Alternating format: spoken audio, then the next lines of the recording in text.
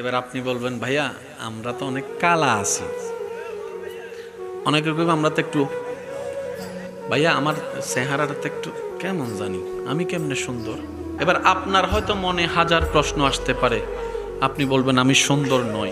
আমি বলবো ভাই সুন্দরের ব্যাখ্যা আপনি কি বুঝেছেন সেটা আলাদা, কিন্তু সুন্দরের আসল ব্যাখ্যা কি সেটাও তো জেনে রাখা দরকার আছে। এবার আমি কিছু প্রশ্ন করব, আপনারা বুঝে বুঝে উত্তর দিবেন। আমাদের চোখ আছে না নাই? সাপের চোখ আছে না নাই? কাঠটা সুন্দর? আপনারা বলেন, একটু জোরে বলেন, আরো জোরে বলেন। কাদেরটা? আমাদের পেট আছে না নাই? ক্যাঙ্গারুর পেট আছে না নাই?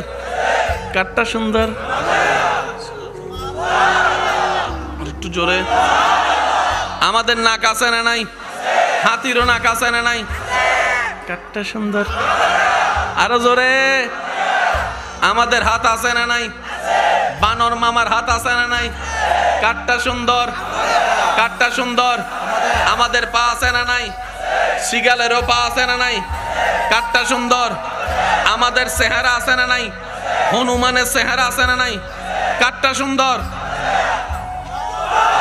ও ফেরেশতারা, তোমরা তো নিষেধ করেছিলে, আচ্ছা দেখো তো আমার সৃষ্টিটা কেমন হয়েছে।